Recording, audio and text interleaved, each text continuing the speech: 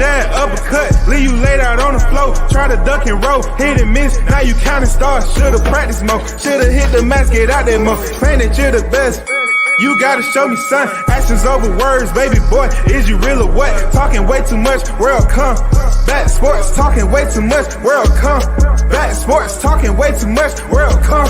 Back sports,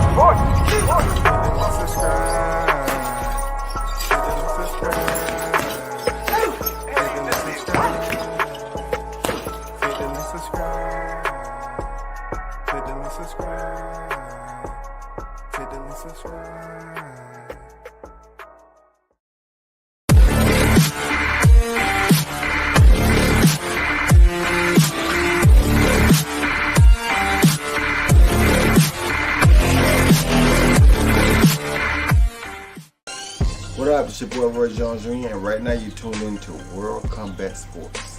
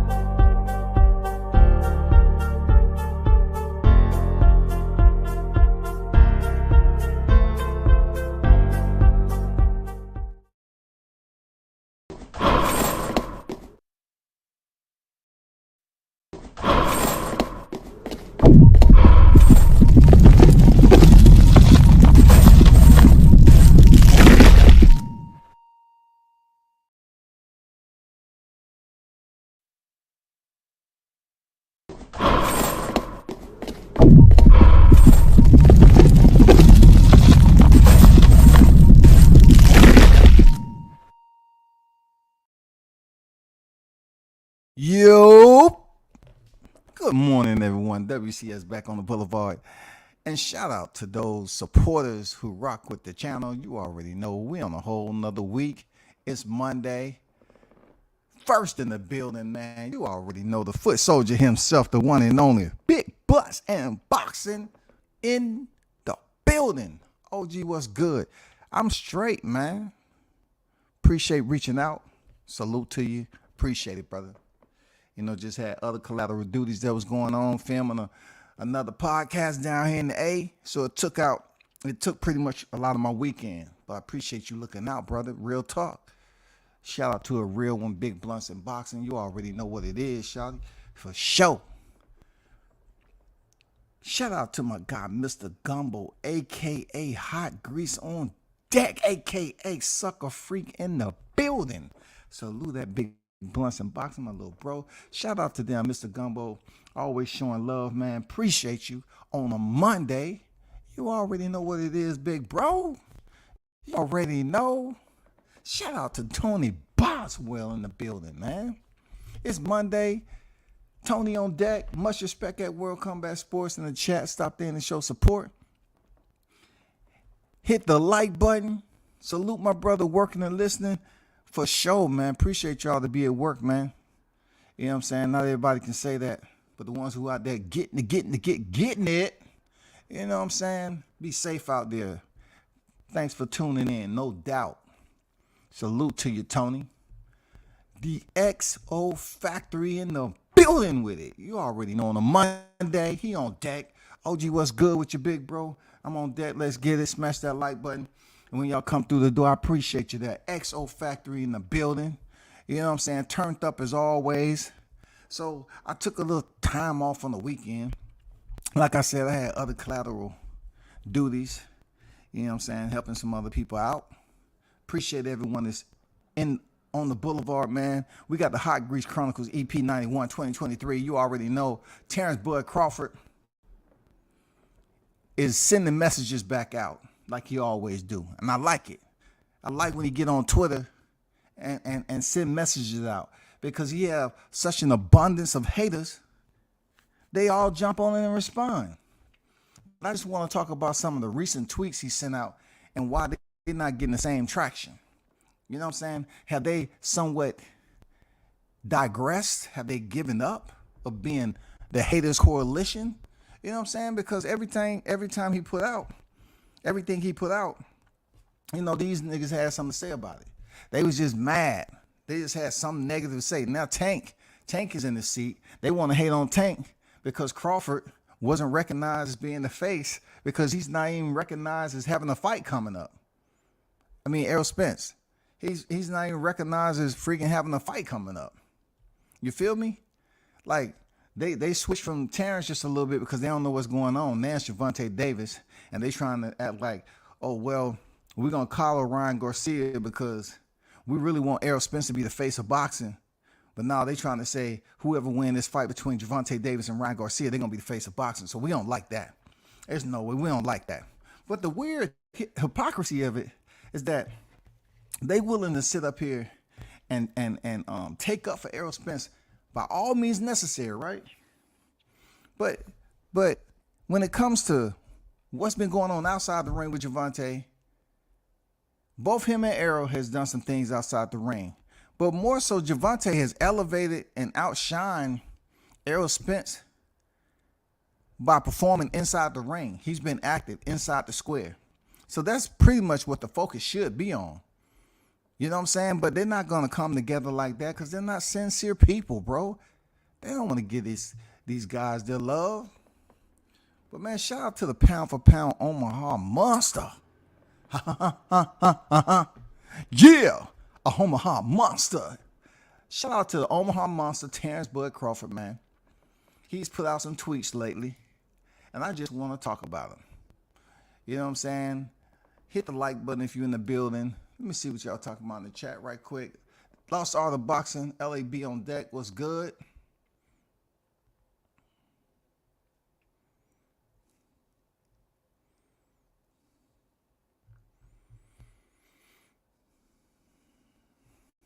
So, Crawford just put out some tweets lately, right?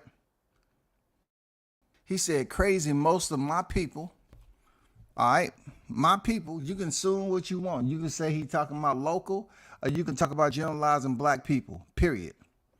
He said, crazy, most of my people is lost in the head. Lost in the head is pretty much when you was coming up, you know, and they say you don't have it all. You know, you take your index finger and you'll basically rotate it 360 degrees and you just keep on spinning it up by your temple. And people's like, man, you lost in the head. So you crazy? What's going on? It's just another way of saying that, you know, you might be a little stupid. He said, one of my, the crazy, most of my people is lost in the head. What social media have done to them. Good morning. Okay. So what does that mean exactly? He's pretty much directing the conversation that's still going on about what he's trying to do in boxing. People still trying to figure out the puzzle pieces. Is he going to sign, who he's going to sign with, and everything else on top of that. More so, they want to know who is he going to fight.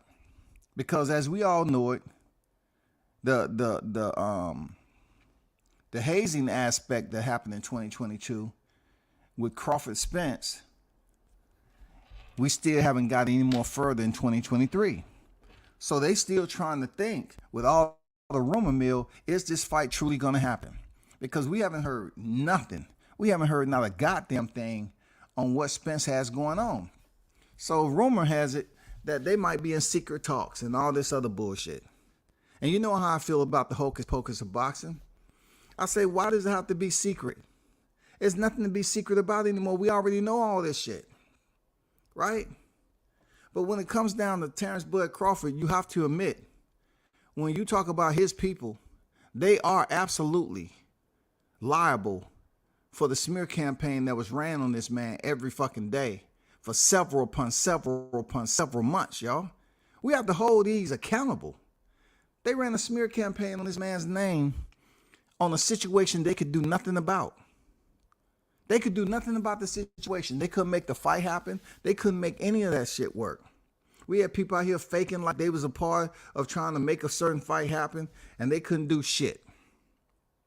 They couldn't do shit. The people in their chat couldn't do shit. That's fact. That's fact. People ran a smear campaign on Crawford for months upon months, and we still don't have a fight. They still over there talking. It's crazy. You still see channels over there talking about shit last year, bleeding over to this year. And it's the same topics that they was talking about last year, bro. Ain't nothing changed in this motherfucker. Like, we haven't got any further to know if we're going to get something in May, June, or whatever the case may be. We still in limbo. But yet, if you still look on these same channels that supposedly is Errol Spence supporters, those pro Errol Spence channels are not talking about Errol. They're talking about Bud, who's attached to Errol, because they can't talk about Errol without mentioning Bud. But they can talk about Bud without mentioning Errol. That's a true fact, y'all. They can talk about Bud without mentioning Errol, but they can't talk about Errol without mentioning Bud. That's a true, bona fide, legitimate, certified, official fact. So Terrence Crawford put some recent tweet out just to let it be known that, hey, my people still out here talking shit. They still out here acting like they don't have no common sense. You know what I'm saying? You got to throw the capital I word in there, ignorant. You know, for people to go that long period of time talking shit about one man who's basically carrying himself just like other people carrying themselves. Now let's look at what he's talking about, lost in the head. This is how lost in the head these are, right? Canelo pops for clenbuterol. Oh my God, WCS, oh my God, no. He's about to compare Crawford to Canelo. Listen to me, bro. Canelo only has one more division than Terrence Crawford at the end of the day. I'm just saying. Canelo only has one more division. Well, Canelo popped dirty, period. He popped dirty and he was suspended. I can't remember when I look on the list of fighters who ever popped dirty for steroids, I find Terrence Crawford's name. When I look on police reports of fighters who've been out there and had DWIs and crashed their vehicles in a serious accident, I haven't seen Terrence Crawford's name. I just haven't. When you hear people talking about the nightlife in their city, you just don't hear about Terrence Crawford out there and somebody, had to carry him out the club because he was too fucked up. It's just too many areas on, if I was Terrence Crawford, I would have to ask myself, what is this I'm reading again? You know what I'm saying? Just like he says up here in the post, he say, they don't care, but every post I make, here they come with their comments. Y'all really love me. It just hurt to say it. I think about 98% of that tweet right there that's in white is true. It's true. Because y'all hate this man so much and y'all willing to be sheep for an agenda. You too scared to jump outside that agenda. So you continue to talk about falsicities that you don't even support internally. You don't support the shit. You just following along because now you wrapped up. You with the sheep mentality. So those around you are sheep, so all y'all have to push the same narrative. I think y'all got mad love for Crawford. I don't think, when it comes down to it, when y'all get behind these closed doors in these private chats, y'all actually believe Errol can come back. He can come back and defend his titles at 147. Y'all want the fight to happen, but in reality, you know what the results are going to be. You know what the results are going to be, man. All this shit is going to be shut the fuck down. Y'all already know what the results are going to be. They're aerosexuals. You know. It doesn't matter to me. Whatever you say about WCS or whatever the case, your boy played with the blade and got cut. He got cut deep. He kept playing around with the blade and got cut, bro.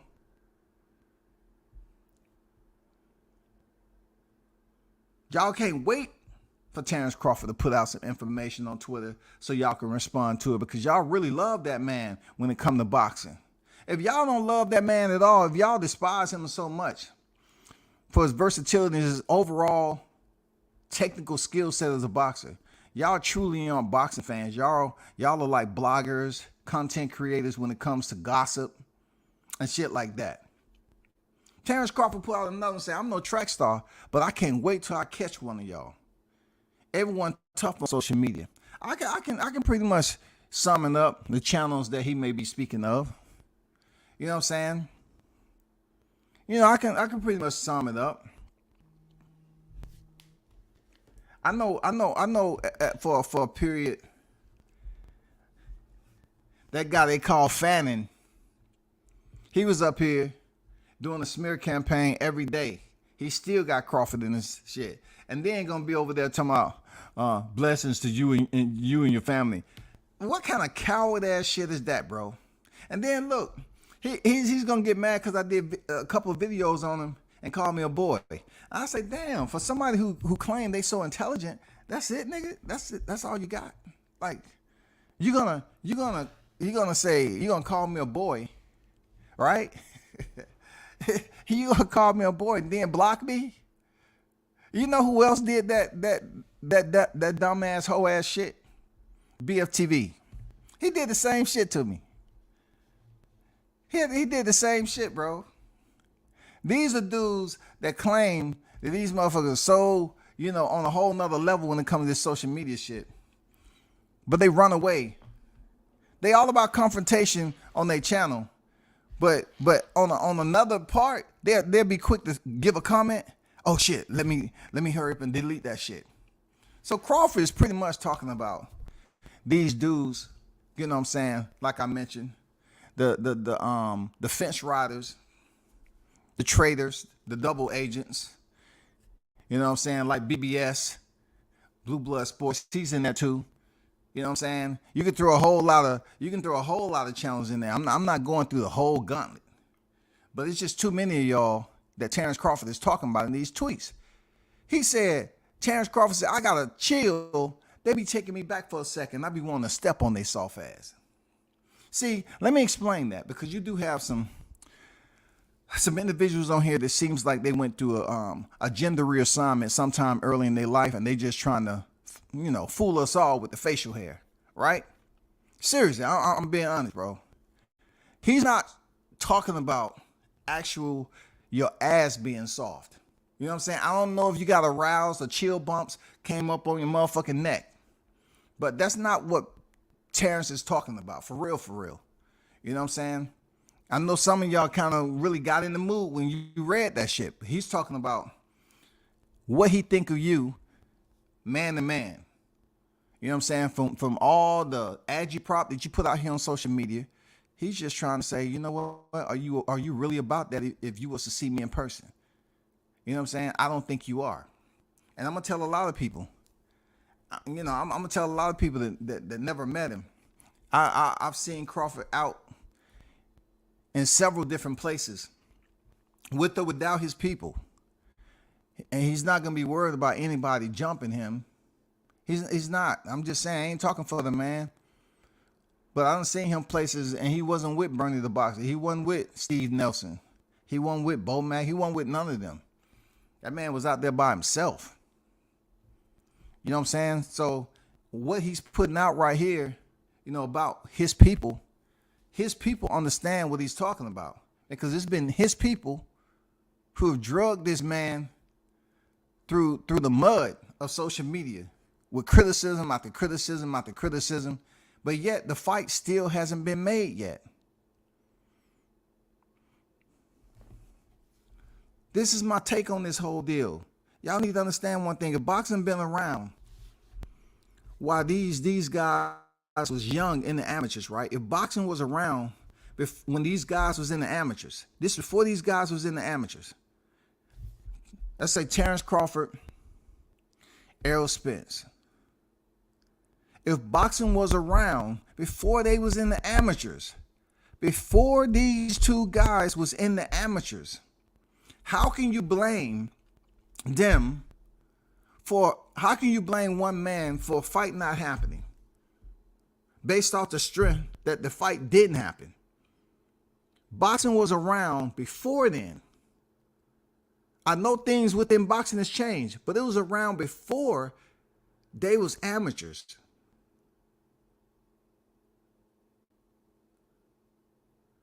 Not so much social media, but I'm saying before they was amateurs, bro.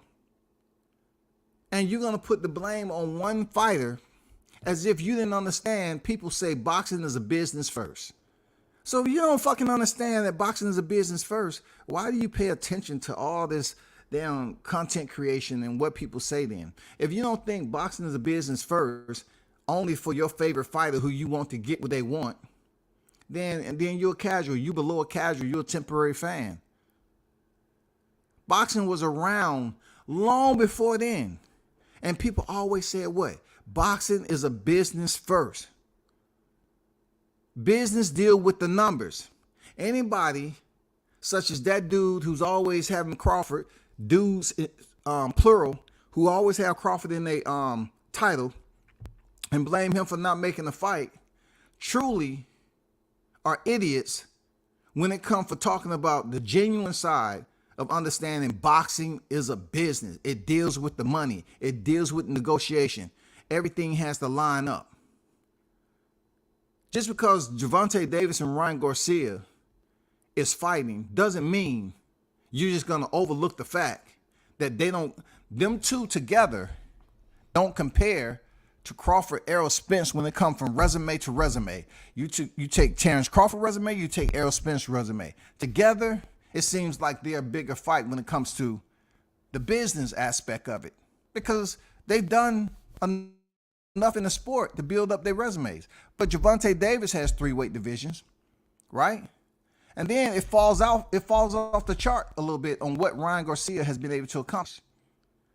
But being that boxing is evolving in certain areas, it depends on who it is, they're putting this fight as a more so, you have Gervonta as a pay-per-view star, the highlight reel knockout artist, and you have Ryan Garcia, who's a social media popularity type character. So they try to say, okay, Ryan Garcia is going to sell based off his IG followers and everything like that. With boxing being a business, it's definitely one of those areas where people are very selective on who they choose to support.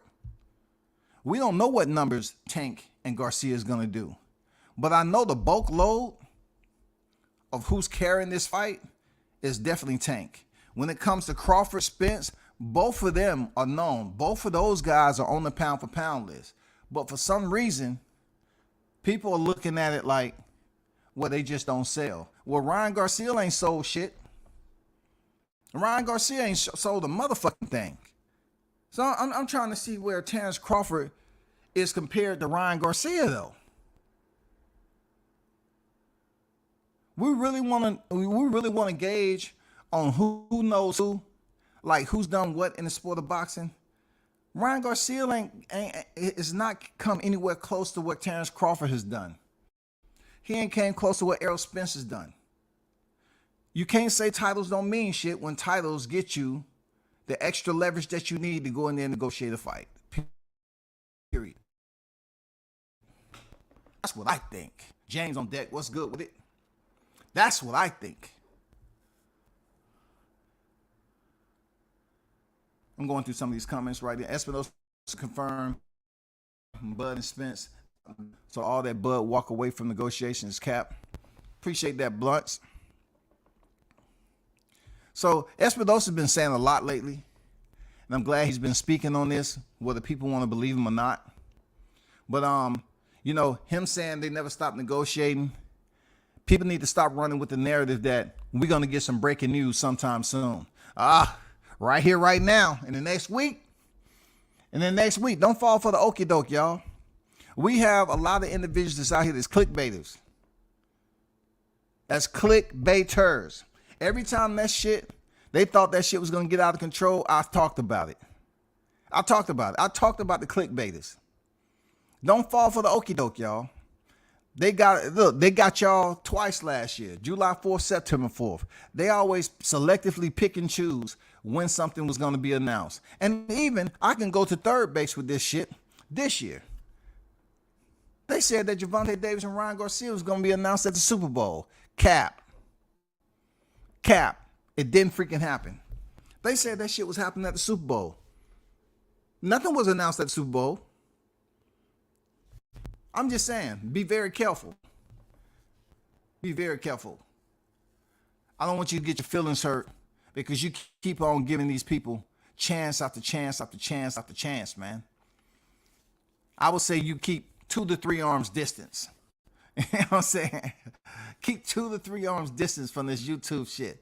Don't get too close. What's good? DBMH, I see you. Salute WCS. Salute to you, brother, in the building. They know the truth inside, but they scared to switch sides because they're going to be ridiculed by their peers. Hey.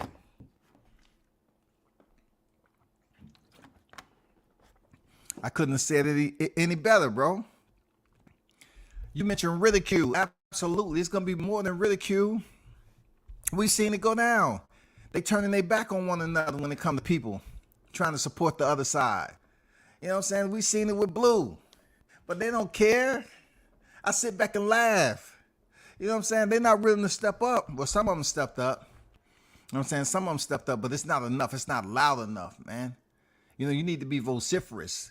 You know what I'm saying? You need to be loud enough to advocate for what's right in boxing. You know what I'm saying? So it can be euphony to you. All they looking at is y'all being sheep herding in the same motherfucking circle. Round and round we go. Around and round we go. Around and round we go with the next topic. Come on, bro. Somebody got to stand up. Mass fishing and growing. Salute to you, brother on deck. I see you. He ain't done shit since.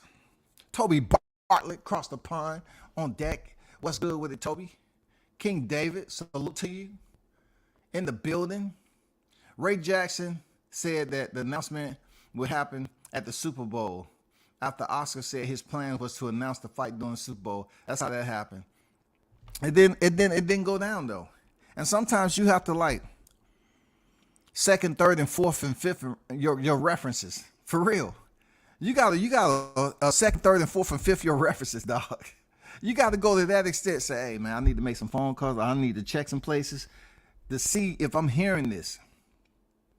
Because we got the main and the usual suspects.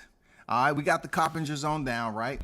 Now lately we heard Espinosa talk a lot about certain things. And, you know, we've heard certain questions be asked on mainstream television. Okay? But most of all, internal to the YTC, they have been left out of basically speaking on the logistics, okay, like they was trying to do in 2022. They didn't know what the fuck they was talking about in 22, and they definitely don't know what the fuck they talking about in 23 about what's going on with this fight. It's funny how they knew everything that was going on last year. Just because of certain individuals putting out tweets and motherfuckers running with it. You still got dummies sitting up here talking about shit that happened in 2022 like it has any relevance to this year. Look, these same dummies, right? They don't understand what it means for them to be negotiating in private, and negotiation absolutely may be different based off Terrence Crawford going in there fighting David Avanesian. Now listen, people, these are the same dummies that'll sit up here and criticize and say David Avocado and this, that, and the other, but don't understand heading into the negotiations in 2023, right? That this 65-35 that they was tap dancing on last year and using that shit as tambourines. His fight with Avanesian is one of the reasons why they negotiating a different freaking, you know, percentage right now, because it had a lot to do with a lot. It had a lot to do with a lot that's going on right here, right now. Shit ain't gonna just stay the same. Boxing is a business. They can criticize Avanesian all they want. But when it comes down to this right here, them being in secret talks and them talking, I guarantee you they ain't talking about no 65-35. Because check this out. Terrence Crawford already agreed to that shit last year. That's old news. He's already picked up another win. They busy talking about what BLK Prime didn't do with the Adrian Broner situation. Who gives a fuck? Let's talk about what they did for the Terrence Crawford situation. He got another win. They put on a whole card. It went off without a hitch. And then you go to 2023, and the same person they say Terrence Crawford ducked and walked away, he still haven't came no closer to the ring except to support Frank Martin last year. He ain't came no close to the ring, bro. So those same people out here refusing to speak on it. They don't care, but they want to talk about Crawford. They don't really speak on, oh man, word has it that Errol Spence is back in the gym getting in shape. No, they put out some dumb shit like Errol Spence is in there with Anthony Joshua with a heavyweight to be able to take the punches, so he coming here. No, hold up. That shit ain't making sense to WCS, brother. Because this is what you saying. You telling me that in the welterweight division, a fighter that they call small, right? They call Terrence Crawford small because he came up from what? Okay, so he came up and he's small for the division. That's what I hear. Errol Spence is too big for welterweight. Terrence Crawford came up, he too small. So you trying to tell me that Errol Spence needs to step in there with Anthony Joshua, a former two-time unified heavyweight champion who's fought guys well in they high 200s? He fought big dudes. They need Anthony Joshua to spar? Are you trying to tell WCS they need Anthony Joshua to beat up on Errol Spence? That's how much respect y'all got for Terrence Crawford and won't tell him? What a bunch of cowards. You don't want to tell this man? You trying to tell me that y'all gonna put out word just because Anthony Joshua is training with DJ, that Errol Spence is in there getting it in with a heavyweight to prepare him for little old Bud? Huh? Somebody explain this to me. Not little Bud. I guess y'all really do respect those knockouts he got in welterweight division. I guess y'all really do respect that man's goddamn technique and his power. Because you're trying to say Errol is in there with a heavyweight to prepare him. Look, I'm going to be honest with you. If that man is in there with a heavyweight like Joshua, he getting his ass beat. And I hope Joshua lay all that goddamn thunder on his ass, because Crawford going to give him the lightning he deserves. You know what I'm saying? Once he split through the ropes, because he's going to be so punch drunk from Joshua beating his ass and sparring. When he come in there and fight Crawford, it's going to be a whole lot easier. It's going to be more prettier. You know what I'm saying? So let his dumb ass go there and get beat up by Anthony Joshua, because I'm not understanding the hypocrisy once again. If his fans are boosting this shit up, that he's in there with Anthony Joshua to prepare him for Crawford, then go ahead and give Crawford his flowers then. Say, fuck this shit, dog. Man, hey, Team Spence understand the repercussions of stepping in there with a guy who had 7 straight title defenses and all of them are stoppages. But I didn't think for 1 second a heavyweight would be brought to do some sparring to prepare Errol Spence for little old Bud, dog. To little old Bud coming off David Avocado, as y'all call it. David Aromatherapy? No, it's no way that Crawford can have this much influence on YouTube. That I read, I'm listening to people on the YTC speaking about Anthony Joshua sparring Spence to prepare him for the shots that he may receive with Crawford. So y'all do respect this man's power. So if you respect this man's power, goddamn, give him his props on Twitter. Let that man know you respect his power and you respect him as an all-around athlete and a boxer, and stop acting like your boy Errol Spence has something different than what we seen from your Dennis Ugas. Because the longer he wait, people, look, the longer he wait, the more fucked up it's going to be for Spence. I'm just being honest with you. He's on borrowed time. Don't say WCS is hating. Just say my recall memory is on the clock. All right? He said that himself. Errol Spence said, I'm on borrowed time. He motherfucking know it. The longer he wait, the worse it's gonna be, bro. Because I'll be damned, let's just say Crawford and Spence is negotiating. They're gonna have to negotiate for this freaking undisputed and give the world what they want to see. We don't want to see no catchweight shit. We don't want to see no fight in no higher division. The world don't want to see none of that shit. We want Spence to be able to make 147 because we know Bud can. Bud is older than Spence at 36, right? So guess what? I doubt he's going to be signing up for VADA. He's going to cut down just like he did for the Udinas Ugas, and he ain't going to be signed up for VADA. That's just the point blank period. WCS giving you the, I'm giving you that real shit, dog. He ain't signed up for VADA. He going to drop that weight. Because at the end of the day, they're going to make that fight if they really want to fight. If they really want to fight, they'll make it this time around. Especially looking at Gervonta Davis and Ryan Garcia. You know what I'm saying? Especially looking at, you know, that fight and the lead up. We curious. This fight may come out and actually be somewhere like Allegiant Stadium, possibly. I know one place it's not going to be. It's not going to be in motherfucking Texas. It's not going to be in Texas, shawty. Al Money on deck. Salute to you. Shout out to Al Money with the super sticker. I appreciate you, brother. Thanks for supporting the channel. Al, M-O-N-E-Y, Money. In the building with the super sticker. With the $2 super sticker. Salute to you. Thank you, my brother.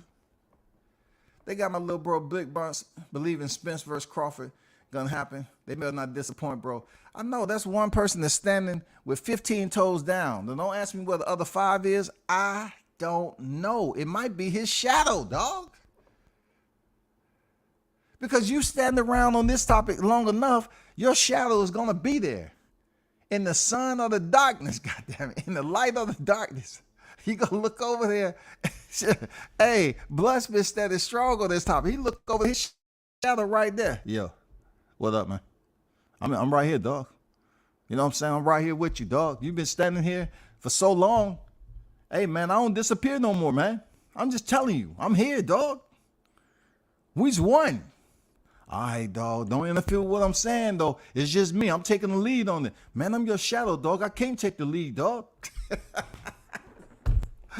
Goddamn, Blood standing 15 toes down. His shadow's right there, dog. There, you've been standing on the square for so long. Your shadow, it don't even disappear no more, bro. That shit just stay right there. You move, it move. Damn, dog. So, hey, this is the way I see it, right? When it comes down to how they look at everything, the only person that's been giving us any indication that it might be a higher weight class with a different fighter is Spence. Okay, let's get that true and try. You know what I'm saying? And we understand that. But when it comes to Bud Crawford this year, coming off a David Abenesian fight, but they was criticizing, is one of the primary reasons why this fight is gonna have a different purse split. It's gonna be different all the way around. Just based off the strip that he fought December 10th, 2022. You feel me? That's facts, y'all. Y'all don't want to give it any credit, and nor do I expect y'all to understand how I dropped the damn gems. It's all good. But I'm saying the very fight that you criticize all the fucking time is the main reason why the purse split is going to be different if they was to fight this year. It's going to be different. The fact that Spence is not going to be signed up to VADA. They understand the shit that's going on with him. The reason why he ain't, you know, been looking as fit and staying in the gym. They already know. You know what I'm saying? I hope Derek can't allow him to go over there and get beat up by AJ. But look, if I want to be petty about it, I'm saying, hey, go ahead. Shit. Go ahead, dog. Go ahead, man. Let AJ put those hands on you, bro. So you could already be drunk, you know, a little punch drunk before you even split the ropes with Crawford, bro. And I'll take that back. Because I want the 100% Errol Spence Jr. I don't want any predetermined, you know what I'm saying, problems that he had, any conditions, predetermined conditions that would give his people any indication that he's not 100%. You know why? Because, you know, you hang around this damn YTC septic tank long enough, the shit stinks so bad, you can smell it from a mile away. These motherfuckers sit up here and say some shit.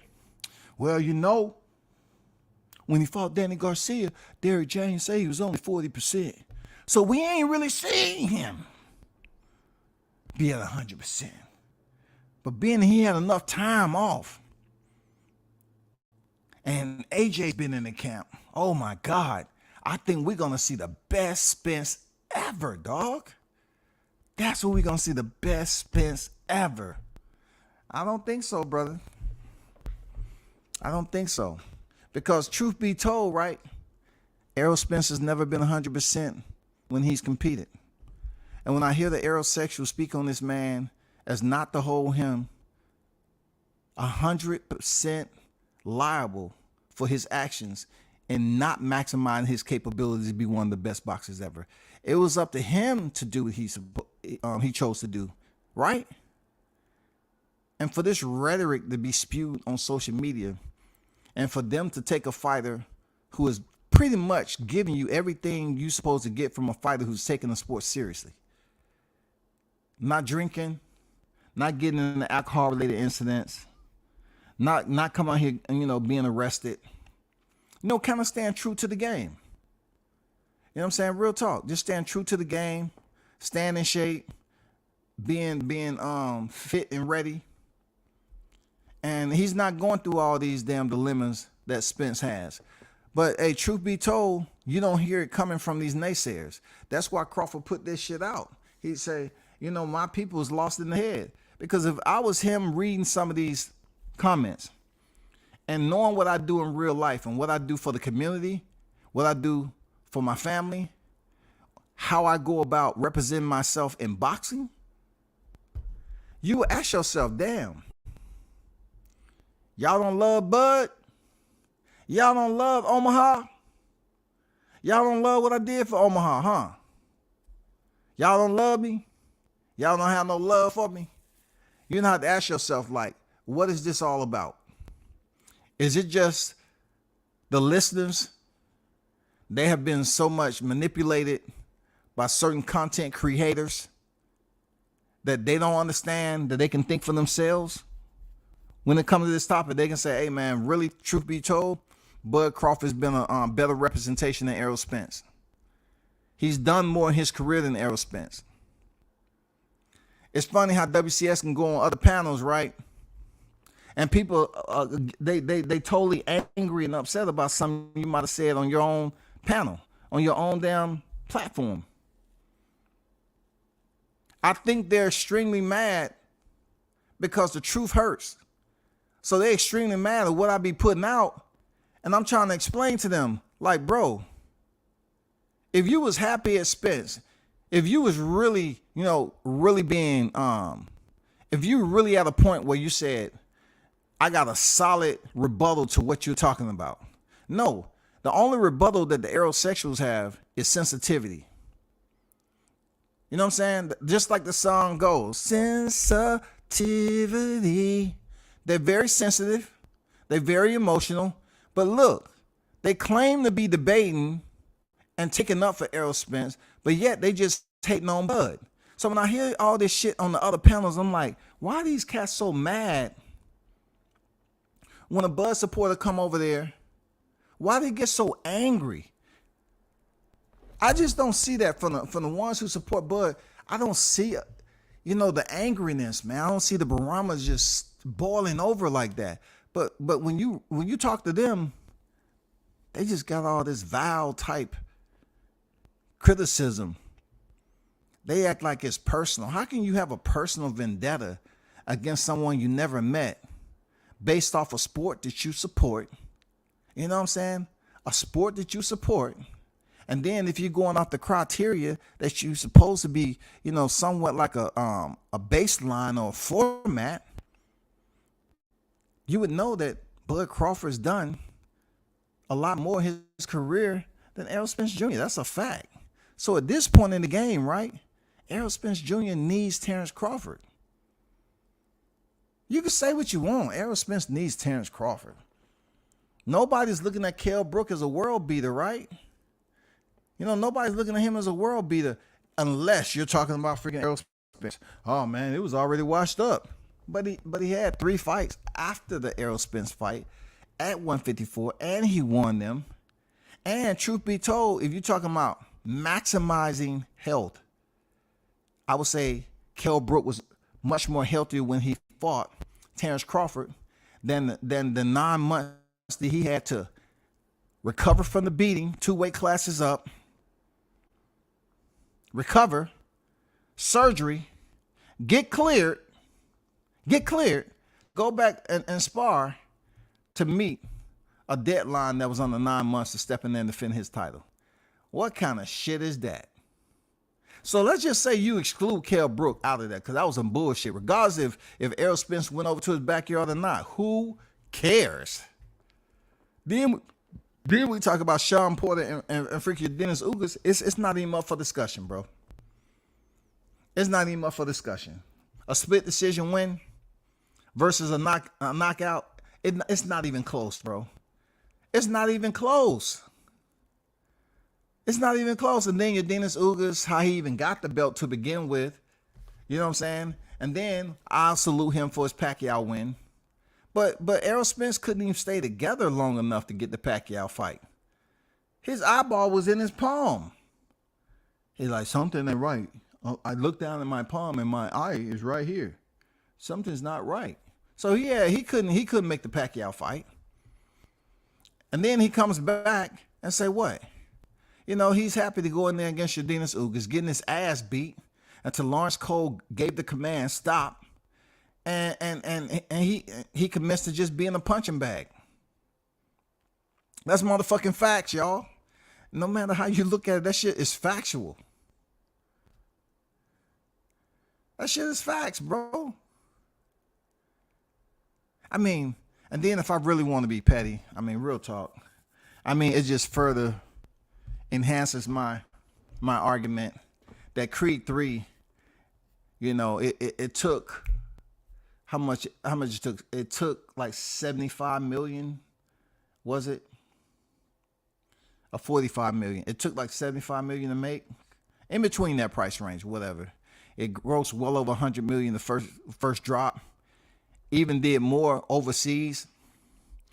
Terrence Crawford was in there. Jose Benavidez had the main part, which was a common opponent of Terrence Crawford. I'm just being petty. Like, you don't see that on Spence's freaking resume. I didn't see Spence in the movie, but I did see Terrence Bud Crawford, and then he did have like a little small speaking part. But Jose Benavidez, he had an even bigger part.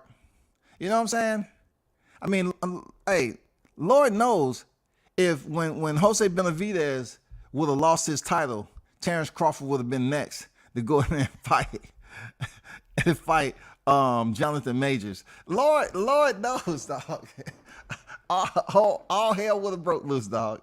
If Terrence Crawford would have been the next one to go in there and defeat Jonathan Majors, dog. Oh my God. Dude, he would have shut down YouTube, dog. You trying to tell me they gave Bud Crawford the opportunity? His common opponent at 47 loses the titles, and Bud goes in there and have the opportunity to fight Jonathan Majors? What? Man, that shit would have shut down YouTube, bro. But anyway, my whole point was salute to growth. Salute to growth, man. Salute to the fighters that's been in there, though, man. It was good to see, some of the fighters that was in there who had that opportunity to be a part of a classic. That shit was a classic, for real. Tony Bellew, he's just a lock-in. Then you had Yaya. You know, Yaya, the ex-husband of Layla Ali, former world champion, really. You know what I'm saying? In boxing, his credentials, you know, former world champion. And Lamont, you know, over here at Granite City, salute to him being able to be in that movie. The Michael Harris, he from down here, he was in the movie. I mean, shout out to the ones that was in the movie, dog. I didn't see Spence in there though. I'm gonna be petty, dog. Did y'all see him in there? I didn't see Spence in the movie. I didn't see Spence in the movie. Real talk. I'm being petty. Real petty. Y'all gonna see, man, I ain't finna do this with y'all today.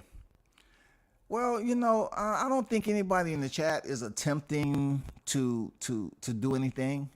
They're blunts. I mean, you standing true to it. You know what I'm saying? Even though your predictions have not came true yet, you have stood solid. You know what I'm saying? You have stood solid, bro. And you know, that April in 2023, it didn't happen, but hey, guess what? We have hope for May or June. They in secret covert operations right now with negotiation. You know what I'm saying? And look at it this way, that Blunts. What if they do announce the fight? Like we're actually in the mid part of March. Right? So we just seen Gervonta Davis and Ryan Garcia, 45 days out from a fight, have a presser. They announced the presser, I would say 3 to 4 days, 5 days probably. They announced the week prior that the presser was going to be the following week. So we know that a fight of that magnitude was announced 45 days. I mean, they had a presser 45 days out from the fight date. So what does that say is they can announce the fight for if Spence and Crawford's ever going to happen 45 days out. I don't know if they'll close down that window any closer. I think with Crawford Spence, if they even going to present it to us, I truly believe that it's going to be a much more larger window than 45 days. And I think the presser is going to be spread out a little bit. I think they're going to do an East and West Coast presser, but I don't think they're going to follow the same format, having a back-to-back that close to the fight. I don't see it, bro. You know why I don't see it? Because Spence got to lose that fat. That's fact. Spence got to lose that fat. That's fact. Cooking with Cersei was on deck with it. That's celebrity. Bruce Gas, Boxer Jazz, and more. Saludo G. How you feeling today, man? Hard to picture Jose as the heavyweight champion of the world. I know, right? But it's a movie, Bruce. That's what I'm saying. It was a movie, dog. It was a movie, man. Anything can happen. You know, when I saw the previews, I was like, okay, Benavidez in there, all right. But I did see the other one, Gabe Rosado was in there, but they didn't give Gabe a bigger role than they gave Benavidez. You know what I'm saying? And Benavidez, me being petty, you know, lost to Crawford, lost to Danny Garcia at 54. But his common opponent's in the movie with him. You know? But he's the one to get the shot. You know what I'm saying? And he's the heavyweight champion.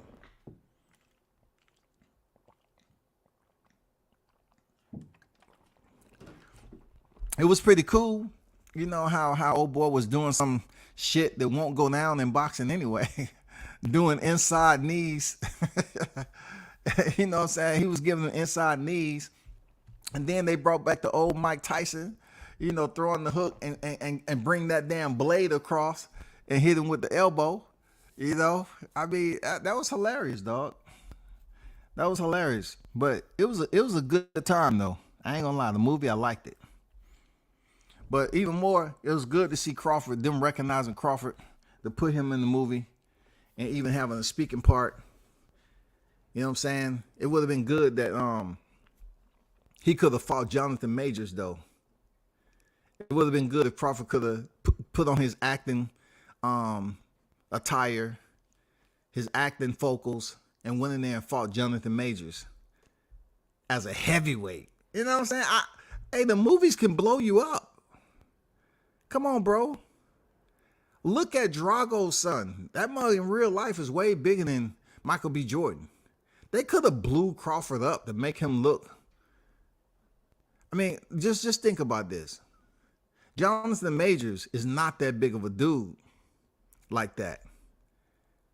Jose Benavidez looked like he was in there as a heavyweight. For real. Like, that's the movies, bro. You know, look at Drago's son. I mean, goddamn. In real life, that's a big dude. But yet, when he's in there with Michael B. Jordan, I seen Mike. I seen Mike. I took a picture with Mike in person, dog. Mike is not that big, dog. You know what I'm saying? Motherfucker big on the screen. His pocket's big. You know what I'm saying? That nigga make a lot of money. And he directed that shit. But he's not that big of a dude. For them to make him with his shirt off, to make him be compatible to Drago's son, that's wild, bro. Blood fingerprint was on Creed's fighting style. Yeah, man, they was helping each other. You know, I mean, Bud was helping him, you know, with some techniques and some sparring and stuff like that. That's good shit, dog. I like it, but it was so predictable, everything. Yeah, it was predictable, man. But Bruce, you gotta look at it like this. It was predictable when Rocky was getting his ass kicked and the music came on, Bruce. You know what I'm saying?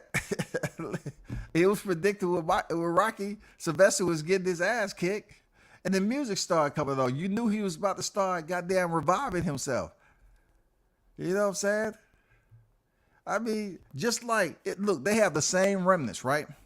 Then when the music started playing, when it was Rocky, and the music started playing when it's Creed.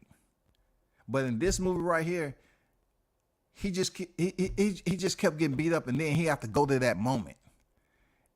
He has to go back to that moment that was in the last Creed to wake his ass up and say, okay, fight. You can do it. You can win. And then the inhale of the breath, and then he gets up and start fighting. That was a little bit predictable. You know what I'm saying? It was just too predictable. And then from rounds 3 to like 11, was it? They did this reflection as if the auditorium was totally cleared and there was smoke in there. It was all dark and gloomy. And them two was just fighting their demons from the past and Jonathan being locked up and shit like that. And they just fighting each other. That didn't make sense to me. You know what I'm saying? I mean, I don't know, man. I don't know what they was trying to do, but overall, I liked the movie. It was all good, but most of all, you know, a brother directed that. Michael B. Jordan came up in the game. He directed it, and I like the people that he had in the movie too. So shout out to Stitch Duran, the legend himself. I always thank Stitch Duran for giving me a one-on-one interview down there in Florida, man. I had opportunity to sit down with him and really chop it up on how he got the way he was. You know, so shout out to the legend himself, Stitch Duran, a.k.a. Jacob Stitch Duran. You know what I'm saying? That's a legend too, bro. I thought Crawford wanted to take the L, even in the movie, though. I think Crawford would take an L in the movie. Absolutely. If they paying him enough money, I think Crawford would take that L, bro. You know what I'm saying? I think Crawford would take that L, because just think about it now. Just think about it.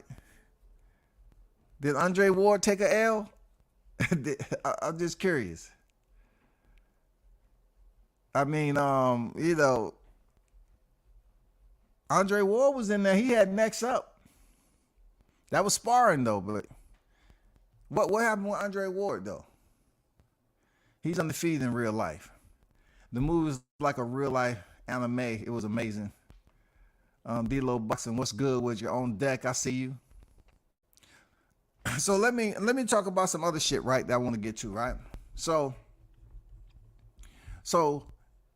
you know, Crawford put the post out, and I totally agree about when he say my people and how they act and how delirious they are when it comes to speaking boxing. And for the life of me, I've spoken to some people about the recent situation with the BLK Prime Bruce Ennis, right? And it's just something I need to reiterate, that the fight was never going to happen, period. It was never going to happen. And I hear people sitting up here trying to bet other channels 10 racks that they can produce a freaking screenshot that they was on the phone for an hour and all this other shit, right? Listen, that's just not the way the big dogs do business. Let's understand that. That's not the way big dogs do business. Big dogs that's on the level of Showtime and all that, they just don't get phone calls from people who really don't have no skin in the game. Let's be fucking honest with ourselves, bro. They don't do business like that, man. Let me reaffirm what I was talking about, how stupid this shit is. If BLK Prime and Showtime are going to link up for whatever reason, let's start with BLK Prime. They didn't have Crawford sign, right? So why would that dude even call anybody up if BLK Prime wasn't signed? So from what I heard, BLK Prime was talking about they was going to put the money up. How? How they going to put the money up for Crawford Ennis, right? How? I'd be curious to know what the budget was going to be like, right? Or was it even freaking anything that Crawford would fancy? Was it enough money for Crawford to even fancy the idea for that, right? So out of nowhere, people up here brainstorming because a fight card just fell out and they need to hit the spotlight once again and do damage control. All along, I'm speaking to my people that's linked up with BLK Prime, right? And they telling me it's a disaster over there. You know what I'm saying? A lot of people don't know what they're doing. But then all of a sudden this news come out that phone calls was being made. Okay, first of all, let's speak on how the protocol is supposed to work. If Blue Blood Sports is up here talking that he meets a lot of managers all the time, then therefore I would ask you again why you didn't speak to Cameron Duncan. All right? That's numero uno. If you all about doing the shit, the professional, and you have a lot of managers speak to you, why you didn't speak to Cameron Duncan and find out that Bozy Ennis, the person that you said you can't talk about freaking business and how his deal is arranged with Showtime, you would have found that shit out with Cameron Duncan. You talk about all these managers that call you up. Why would they call you up? Why would they call you up, Blue? Why would they call you up? You're not even a manager. How is a licensed manager calling you? Bro, this is facts all the way through and through. How is they calling you? Okay, moving on from that. You know you don't have a manager's freaking license and the manager's calling you for what? I don't know what it is. But moving on, we have to look at it also like this. If you wasn't going to use the protocol from the manager and you want to call Bozy Ennis, then what were you expecting when it came to just trying to link up a main event? What were you expecting to happen? If Crawford wasn't signed with BLK Prime, how are you going to lock him in? And Espinosa is saying the negotiations never stop between a bigger fight, which is Crawford Spence, right? So that leads me to this, that it was a sham and it was a fraud and it was bogus anyway, because Espinosa's on record is saying that they've been in talks for quite some time, secret talks or whatever they got going on behind the scene. Next, I'm also looking at it like, you say Bozy wouldn't tell you the damn details about the shit with Showtime. Well, if you supposed to be making the phone calls to link everything up, you did not mention Cameron Duncan until I did a live about you not speaking to managers. If managers is a calling card that you want to use to your freaking listeners, as if you're speaking to managers, why in the hell it wasn't the first thought that hit your mind to say, why I don't call Cameron Duncan? Why don't I call Cameron Duncan to find out about Bozy Ennis? You know why? A good brother told me, and brought to my attention, a good brother mentioned to me and saying that there we go playing the black card again. And this is what I mean about the black card. Here we go having a black content creator that is overemphasizing his relationship with Bozy and Boots. knowing damn well YSM Sports got that shit locked in the foothold. You know what I'm saying? He's over there in the fighting hole at that gym in Philly, right? He's trying to overemphasize a relationship that he has with the team. Just overemphasize everything that he has with the team. So here comes the black card. Black people. Oh, I'm just going to call the black man that I know. Even though the black man might be the father and the trainer, I'm going to call him instead of doing business, good, solid business, to pretty much say, I'm calling you because of protocol and respect. This is what we're trying to do over here at BLK Prime. I think Cameron Duncan would have absolutely respected that instead of hearing from somebody else what was actually going on and why he wasn't contacted. Cameron Duncan been around the game for a long time. I bet y'all shit. I bet Blue wouldn't have did that shit to damn David McWhorter. I bet he would have did to Peter Kahn. I bet he wouldn't have played around with them. But yet, using the black card, he's gonna sit up here and play around with Bozy and call up Bozy without going through the proper procedures and protocols like it's supposed to be done in boxing. That's real talk. That ain't up for rebuttal, y'all. That's a straight up black card play right there that failed. That failed. That's when another black person reach out to black person B and they want to talk business knowing there's somebody else in the equation. So it's very, very unprofessional. It's fragmented already because the information that you're speaking to Bozy about, you should have spoke with Cameron Duncan. So therefore, if it's me, I'm in Cameron Duncan's slot, and I get the information that you broke ranks and you went over my head to somebody else instead of coming directly to me, I'm going to have an attitude when you call me. Because truth be told, I'm on the chessboard, you playing checkers. You can't make shit happen without me. I'm his manager. It ain't the same freaking arrangement that we talking about with Showtime. We actually locked in. That's what I'm gonna tell you. We actually locked in. So being that you know I'm locked in with Boots, you should have hit me up first, not going over my head, talking some bullshit, and then I have the message relayed back to me. It's not gonna work like that. And what I mean by arrangement is the fact that they're talking about how Bozy said he's not signed to Showtime. Okay. But they are locked in with Cameron Duncan. He ain't there for nothing. That's what he get paid to do, right? So I would feel some type of way if I was Cameron Duncan in that position. You went over my head and broke ranks and think you was gonna make some shit done. That's extremely hypocritical. The WCS, an old ass nigga that's in his 50s, can goddamn give you juxtaposed comparisons to niggas that's supposed to claim they in positions in boxing. They was sitting there making it seem like that Bozy said he thought BLK Prime was trying to be slick about some shit and make a fight behind Showtime back, which is impossible. But yet they didn't really highlight the fact that Blue Blood was doing the exact same thing with Bozy included. Because he was trying to speak to Bozy Ennis behind Cameron Duncan's back. That right there is two situations of hypocrisy.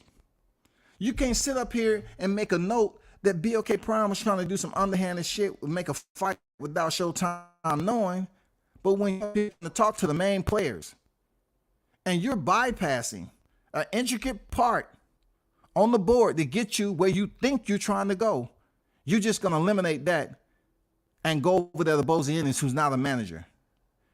And you calling yourself a primary player at BLK Prime. You calling yourself a piece of the puzzle with BLK Prime. It's bullshit. That's what it is.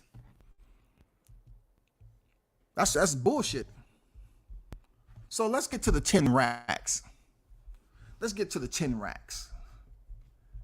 You know, lately he was up here, talking about, him being on a phone call and him making the phone call and what he couldn't talk about and what he can talk about. Right? Look, Blue Blood, if you're listening, that 10 racks sound very adorable. That's adorable. Pat that dude on the head, always bringing money into the equation. You know what I'm saying? Bringing money into the equation. I'll suggest this, since you always bring money into the equation. You up here throwing 10 racks in a man's face just so you can present a bogus ass screenshot to say you was on the phone for an hour. What you gonna do? Send that man a screenshot with the damn number, with the number out on that date and say, there you go. I presented the screenshot. The phone call was exactly an hour and 1 second. Where my money at? First of all, let me help you out with a little bit. Let me help you out with a little bit, Mr. Unprofessional. Let me help you out a little bit. I'll take your 10 and raise you 10. I'll take your 10 and raise you 10, dog. I'm going to call your bluff. And better yet, I'll raise you another 5 racks for a total of 25 racks, right? If you can convince me, if you was on the phone, nobody else was on the phone without them supposed to be on the phone. You didn't have a third party on the phone. Convince me of that. Convince me of that, Mr. Professionalism. Because I'm pretty sure if you was on the phone with them, you should have been on the phone and you should have treated that shit as a professional. You shouldn't have had a third party on the phone that wasn't BLK Prime affiliate. Period. Period. So if you was on the phone, why you got third parties on the phone that's not even BLK Prime members, BLK Prime employees? Why would you do that? See, I'm not even putting no names out there, brother, because this is not something, you know, I layer shit. But prove to me that you was on the phone by yourself listening in, if you was even on the phone.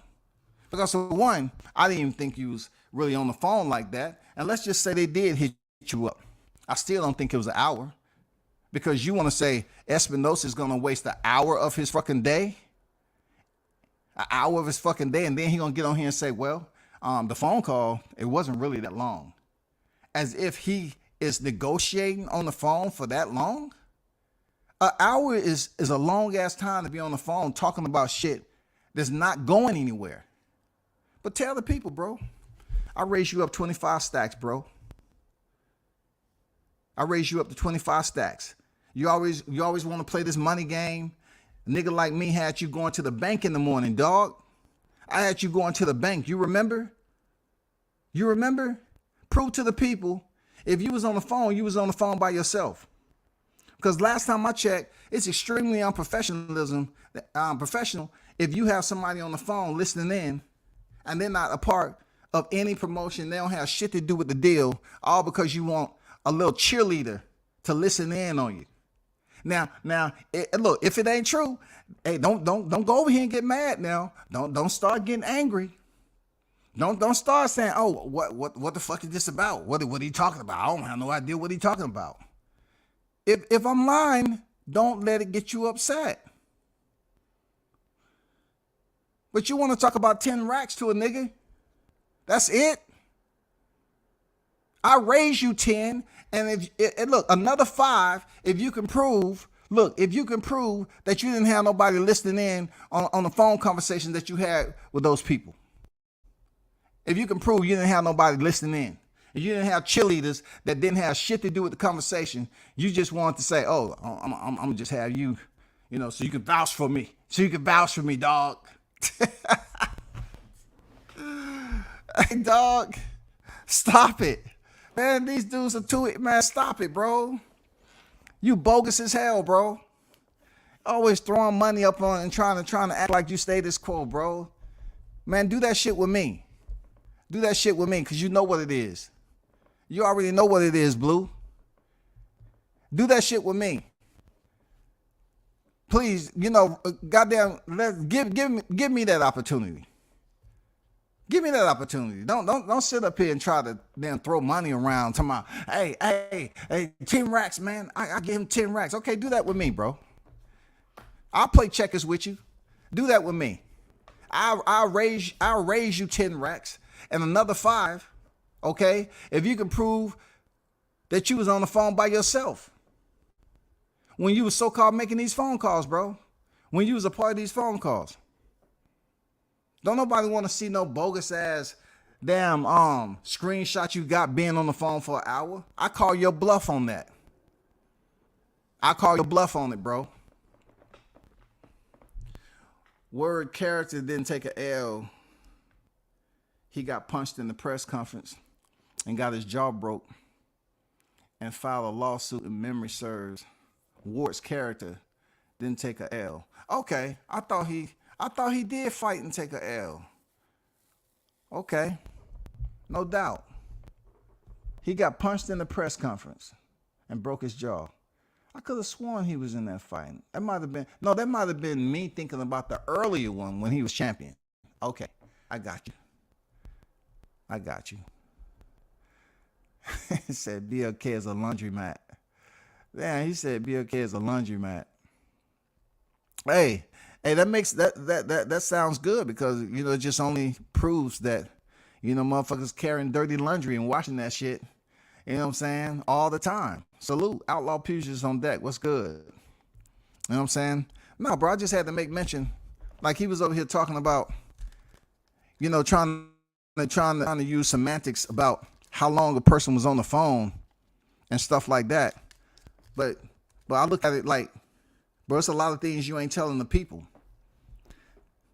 He can't understand, right, that I have people that I can speak to also. I don't need the numbers to have a phone conversation. Shit, I grew up when they was dialing. I grew up with landlines, local area networks. You know what I'm saying? I grew up when they had local area networks, when we had dial phones in the home. I know what a phone conversation is like. I've been around boxing for a long time. But all I'm saying is, right here, you're trying to prove to the people that you was a part of a situation once again, like you did with Crawford Avenesian. You're trying to convince the people that you were the main one making a fight that you couldn't make. And you want to put it all out here on social media for these dummies to freaking grab hold of and act like you was really doing some business shit when you wasn't. I can make, look, y'all, I'm going to tell you some real shit. I want him to goddamn bet me 10 racks on here. I bet I can get myself and my people, and we can make a fight card before Blue can get it with his people. I guarantee you. This dude is making his position seems like it's more important than what it really is, bro. He keep using BLK Prime's name, cool. Cool. But the shit you talking about, you ain't answering none of those important questions. And you think you can do all this without having paperwork to do it. No, in the business of boxing, it's better for you to have the paperwork to certify not only that you're official, but you actually know what you're doing. And then furthermore, Christy Martin was the promoter at BLK Prime on this last card that they was trying to put together with Adrian Broner, right? So you don't think they have matchmakers over there? So you trying to tell me Christy Martin, who puts on cards all the time, you don't think she has matchmakers that can put this card together? So much to the point where they had to call up a YouTube, a content, a vlogger. They had to call somebody who's never put a fight together, never put a freaking matchup together at all. They're going to call them. This is a perfect example. If that person, Blue, was in charge, Cheyenne was in charge, right, of putting the fight card together, you would get exactly what you got in the first two opponents that was given to him. Red Cash fell out. Lundy fell out. That's exactly what you would get. Real talk, that's exactly what you would get. You're not a matchmaker. Christy Martin have a matchmaker. I'm pretty sure BLK Prime have people over there to matchmake. You're not a matchmaker, bro. You go from silent partner, a person that's in a position to pretty much not be a part of the daily operations, but yet and still you turn around and act like now you're the slash advisor. When did your ceremony take place that you got all these promotions? And what did you do to get a promotion yet, bro? Who gave you these promotions? You went from a silent partner now to a freaking color commentator, unofficial commentator, to a freaking advisor. How many fighters are you advising again? How many fighters do you manage? You busy worrying about somebody else being a manager who runs circles around you backwards, right? But you keep talking about how many managers talk to you. Based off the strength of you being a YouTuber, it's managers that talk to me too. It's teams that talk to me too when I see them on deck. But what are they talking to you about? What's the conversation? They ain't talking business. They're not talking business. Prove it. Stop the cap. Don't nobody want to hear that shit, bro. Who are you managing? Who are you advising? What match? What's the OK Prime? What role you going to play in it? Don't clout chase off Crawford's name no more, bro. This tweet right here includes you. You lost in the motherfucking head, homie. You keep on clout chasing off Crawford's name when you couldn't even get this man for an interview last December. You couldn't even get him for an interview before the fight or after the fight. And you still clout chasing this man's name. Leave it. Be done with it, bro. Stop clout chasing this man. Stop clout chasing Team Ennis. No, bro, you too late. I'm gonna tell you how you too late, people. Blue Blood is too late on Ennis. Because Ennis, when he was coming up and his name wasn't out there yet, somebody that was very, very close, he could have already got that shit taken care of. He should have been locked in. But no. Blue is like one of these guys who have to catch you at the top. He's trying to act like him and Bozy has this damn solid relationship, and he's been at this for a while. No. Look at this catalog. He barely has any goddamn real one-on-one footage with him and Boots Ennis. How long Boots been over there? Boots been over there for a while, right? Wouldn't if YSM started off with Into Boxing, how did he beat you to the punch? How did he beat you into the door of a rising star in your own backyard? Why haven't you interviewed Jahad Tucker yet? He's next door. Oh, because you don't like Showtime? You could have interviewed Jahad Tucker while he's up and coming, making his debut. You interview that dude, bro. You ain't gonna be able to interview this dude when he become world champion because you didn't give a fuck when he was going through his first fight through his 10th fight. You know what I'm saying? So you missed out on Jerron Ennis. You mentioned out on a lot of fighters that's over there. What about Chris Colbert, bro? How many interviews you did with Chris Colbert? He's over there. What about J-Rock? What about all them fighters that's over there in Philly, bro? They got to become champions first and be holding a belt for you to talk to them? Man, let's be real, bro. Let's cap, bro. Man, you walking around here and faking the people out, bro. That's all I'm saying. W says, big up. Remember the Mickey Bay versus Tevin Farmer debacle? Wasn't he supposed to make that multiple times? See, I wouldn't even look past. You're right. I brought it up. I brought it up before on the janky business aspect of it, right? But since you mentioned it, I refresh on it, right? I refreshed the damn memory chat. Let me refresh the memory chat, right? Hey, y'all in there, refresh your memory chats, all right? That's what I want you to do. Refresh the memory chat. This dude was part of taking Mickey Bay all around. And they was up there in Arizona supposed to be a part of the fight. And he's on deck. You know what I'm saying? He's supposed to be on deck, y'all. Riding with Team Haney, you know. You had Mickey Bay, Tevin Farmer going down. And all. Hey, and also you had Ty Edmonds. He had a big fight coming up. And the promoters, the co-promoter, the money wasn't on deck. So they was trying to get other fighters to take less money. So I remember Blue up there on the side of Haney them. He was up there, you know what I'm saying? Well, what's up? And this, that, and the other. In a janky situation, because a fighter come on deck, they have a contract signed with the promoter themselves. But if you are in a situation where the fight is falling apart and the money isn't on deck, you can't just go up here and make a side deal with Devin Haney, who fighter is Truck Simpson, and think you're still going to be in good faith with the contract you had with the actual promoter of the venue. It doesn't work that way. So they was up here saying, oh, well, he must not want the bread. That's what Blue came on here and said. well, that guy didn't want the bread. They was gonna pay him $100 and he didn't want the bread.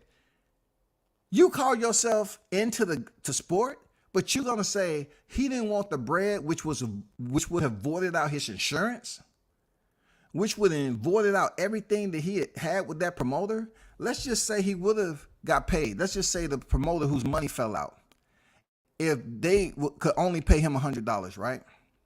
Let's just say they only could have paid him $100, but it was with the co-promoter who he signed the contract with, who has the insurance and everything else. And both him and Simpson could have went on and fought under that promoter. Okay, it's good. At first, you was going to get $3,000.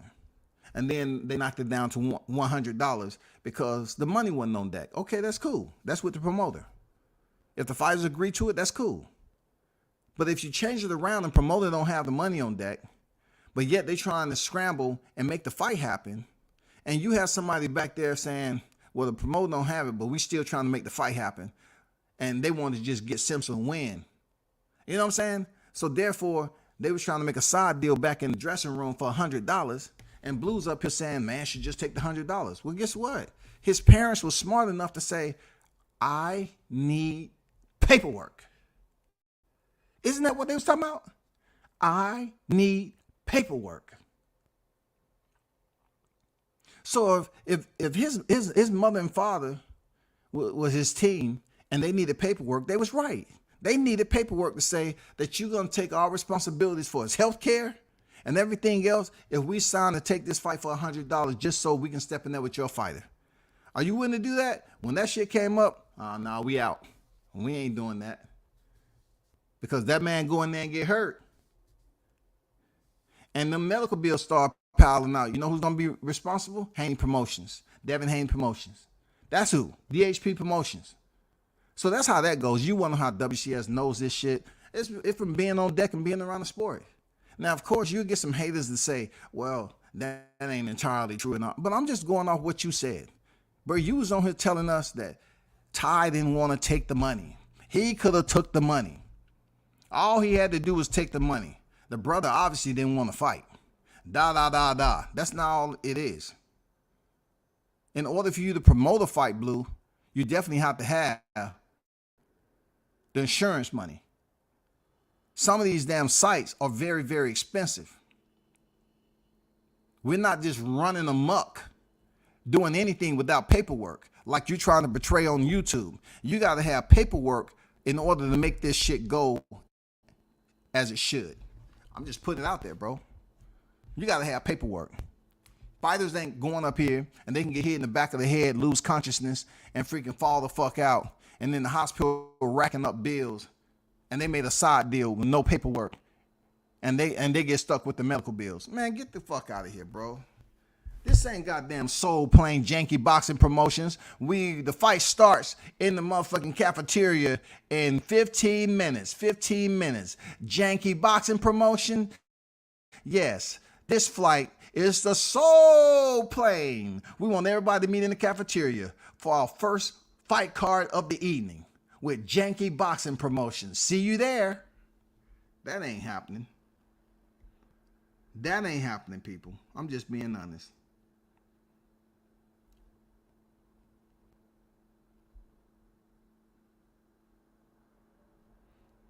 That ain't happening, bro. Juice Lee on deck. What's good? This is Rob. What's good with you? I just had to, make a note of that, bro. Because people up here faking it till they make it. You're going to try to goddamn raise somebody 10 racks off the strength that you got a bogus ass screenshot? No. Prove that you didn't have a third party on the phone listening in that was not affiliated to BOK Prime nor Showtime. Prove that. And prove that your phone call was with the same people that you told us that was there when you initially made the announcement. Come on, bro. Prove it. What if I was on the phone? What if I was to tell you I was on the phone? What if I tell you I was on the phone? You see where I'm going with this shit?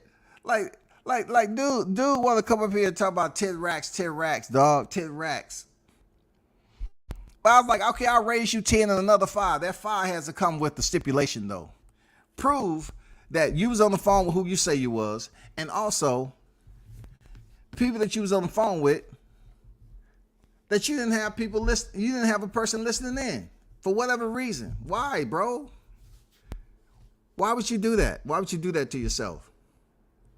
Prove me wrong. Prove me wrong that I don't know what I'm talking about.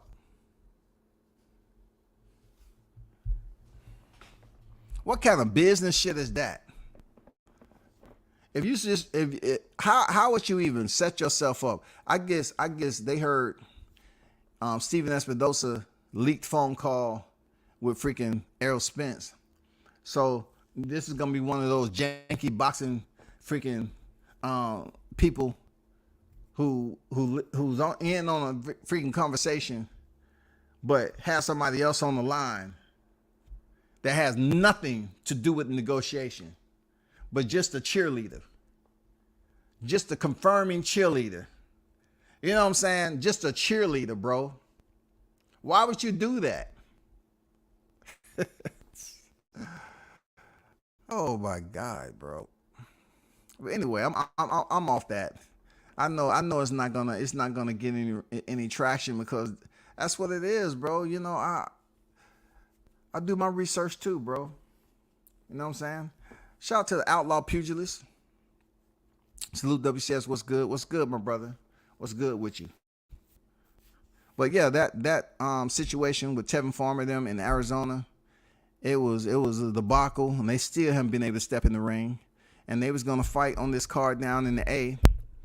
Man, I think it's clear to say that I don't think they might be fighting anytime soon, bro. You know what I'm saying? I don't think they fighting. But shout out to Team Crawford. I totally get where you're coming from.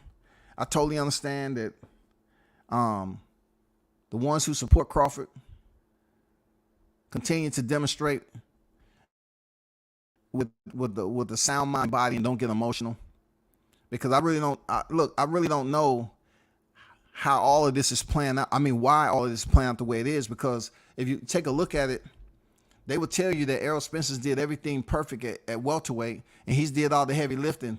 But it just seems like just because he did the heavy lifting on titles that he wanted to get, to take the easy route, they're blaming Crawford for him actually doing all the heavy lifting and actually allowing him to do the heavy lifting to get these 3 titles.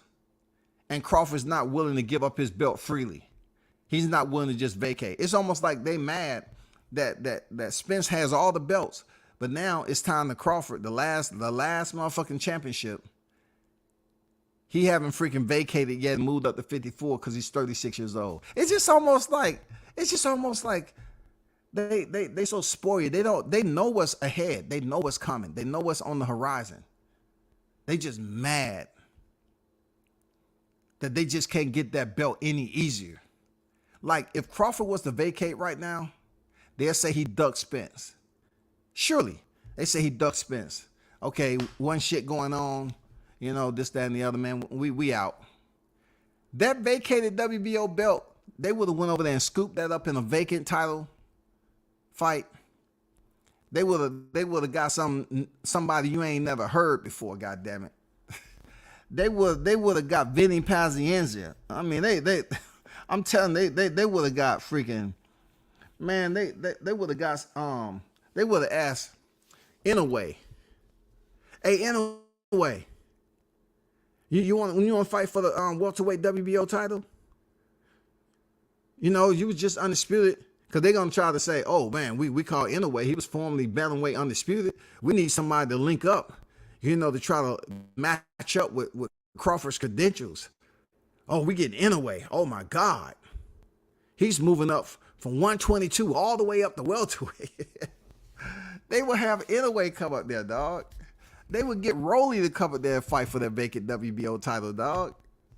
I can't make this shit up, bro. They would get Rolly Romero to fight in that shit. They'll get Blair the Flair to fight Errol Spence for the vacant WBO title. They'll get anybody, bro. I'm telling you, they'll get anyone possible to fight for that WBO title if Terrence Bud Crawford vacated.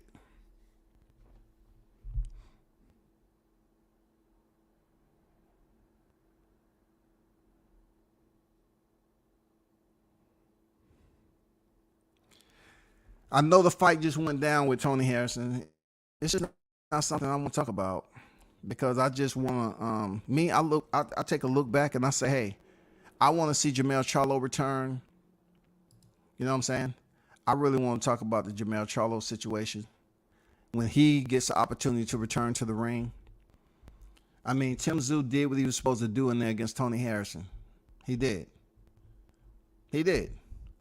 But, you know, Tony Harrison looked like a beaten fighter. Looked like he was past his prime. Didn't really have a full fight camp, respectfully, like that. But I'm not making no excuses on Tony Harrison. He got beat fair and square, but we've known him to start to falter in those rounds where he started to degrade, right? Now we just waiting on Jermell Charlo. One thing I say about Jermell, when it comes to them hands, he ain't a punk, man. He's been tested before, and one of his common opponents that tested him was Tony Harrison, which he beat in the rematch. Another one, Brian Castano, tested him, beat him in the rematch. I don't see Tim Tszyu beating Jermell Charlo the way he fought Tony Harrison. If you want to pressure Tony Harrison and think you're just going to load up on power shots like that, I mean, you're going to pressure Jermell Charlo like you did Tony Harrison and load up on power shots, it's not going to work the same. It's not going to work the same because, first of all, Jermell Charlo isn't Tony Harrison. He's much more in better physical shape. He's much stronger. And he's not going to sit there and use a jab just because you choose to step in and try to land power shots. Bro, you might get knocked out. Tim Tszyu might get stopped, bro. Yeah, that performance looked great to somebody that was conditioned and you know, like Tony Harrison, but I don't see that going down that way with Jermell Charlo. That's just me. That's just me, bro. And lastly, you know, I'm looking at this situation with people sitting up here bitching and complaining about a rehydration clause. These are the same people who say they've been following boxing forever and a day and make excuses for other fighters who had rehydration clauses. But I get it though. Y'all are freaking trying to turn your back on somebody that's a highlight reel specialist. Y'all not really showing that genuine love.